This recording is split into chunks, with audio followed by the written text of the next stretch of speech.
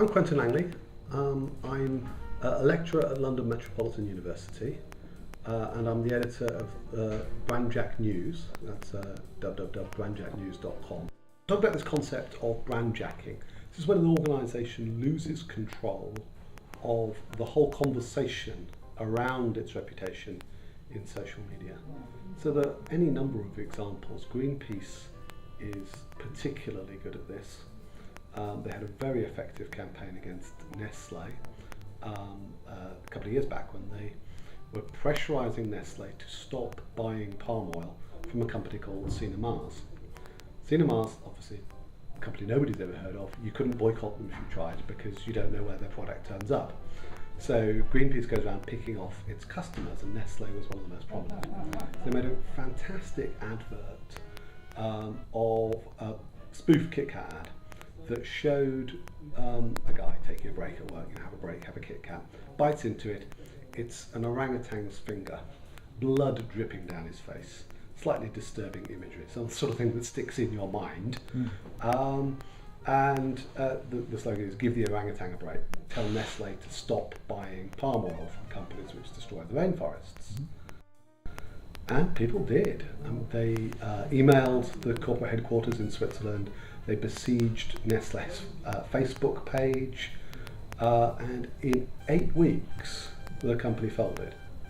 Now, this is Nestle. This is a company that has been resisting campaigns on selling formula milk in the developing world for 40 years. Greenpeace told me afterwards they thought that Nestle would be much tougher than that. They didn't think it would succeed quite that quickly. But Nestle made a huge error here. They tried to get the advert shut down. They said it was a breach of their copyright, which it was. It was very, very closely modelled on a real Kit Kat ad. So they called in the lawyers, and YouTube took it down. But of course 100 other people reposted it straight away. They emailed it to their friends. They posted it on Facebook. And suddenly, of course, the whole narrative becomes about censorship. This is what Nestle didn't want you to see. And so that completely failed. This is the problem. It's like whack-a-mole. In that case, they could identify where the issue was coming from. But most of the time, when people start posting these videos and forwarding them to their friends, you don't know who's behind it. You can't identify this. I've likened this to the scene in Sparticus when the Romans want the slaves to hand over Spartacus, and they're saying, where's Spartacus? And everybody saying, I'm Spartacus, I'm Spartacus, no, I'm Spartacus. You can't find Spartacus. So how can you deal with the issue? So it's a huge, huge question. And people are going to have to get used to the fact that, as Josh Simpson, the Brandjacker who had the fake at BP Global PR Twitter feed, said, you don't own your brand anymore. And when you think about it in terms of reputation, actually that's obvious. Of course you don't own it. Your reputation exists in the minds of other people. I think it's about engagement. If you think about BP, they had 3 issues at once. One was the real world issue of the oil spill last summer. Secondly, they had a campaign from Greenpeace, as a lot of big oil companies often find themselves in the firing line from Greenpeace. Greenpeace was trying to find a new logo for BP, and not a very flattering one, as you can imagine. Some of the ideas which are still up on Greenpeace's Flickr feed are very, very creative, shall we say. And then they had Josh Simpson running this fake Twitter feed, which was much funnier than the real BP Twitter feed, and had about 12 times as many followers. What BP perhaps could have done, certainly what a well-run company that has good relations with its staff could do, and I don't know how good BP's relationship with its staff are, but if you've got good relationships with your staff, and you encourage your staff to engage with social media and say, go out, tell the truth, engage, tell people what you really think. And mixed in there with the people saying, bloody Tony Hayward, he gets 2 million a year, and what has he done for us?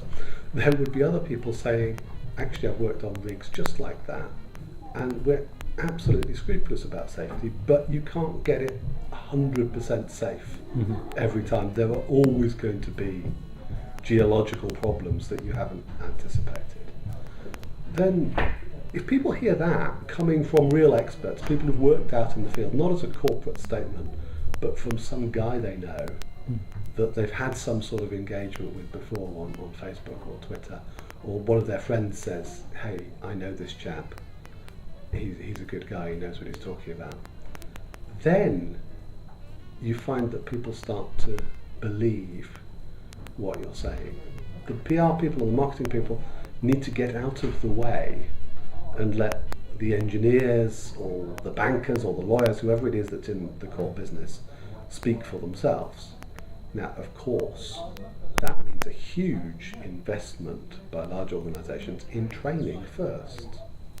People do need to understand what they are, what's legitimate for them to talk about, and how to present things in a way that is credible and believable and engaging. There's evidence to show that when organisations create policies on social media usage goes up, because people treat the policy not as a barrier, but as permission. These, of course, it depends how you phrase it, rather than you're not allowed to speak about A, B, and C. Tell people you are allowed to speak about D, E, and F.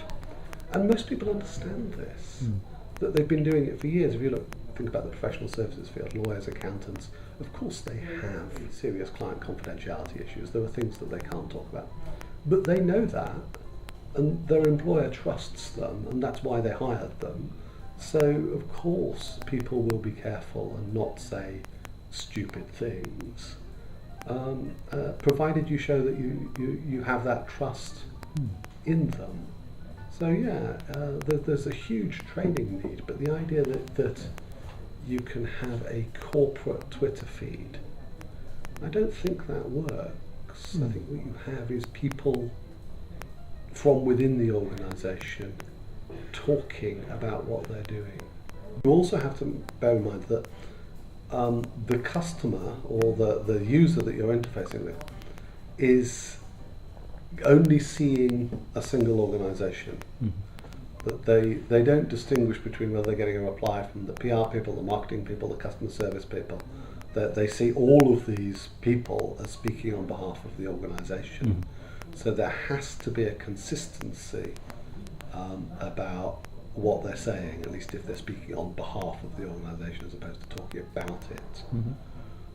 So yeah, it does need to be very carefully done.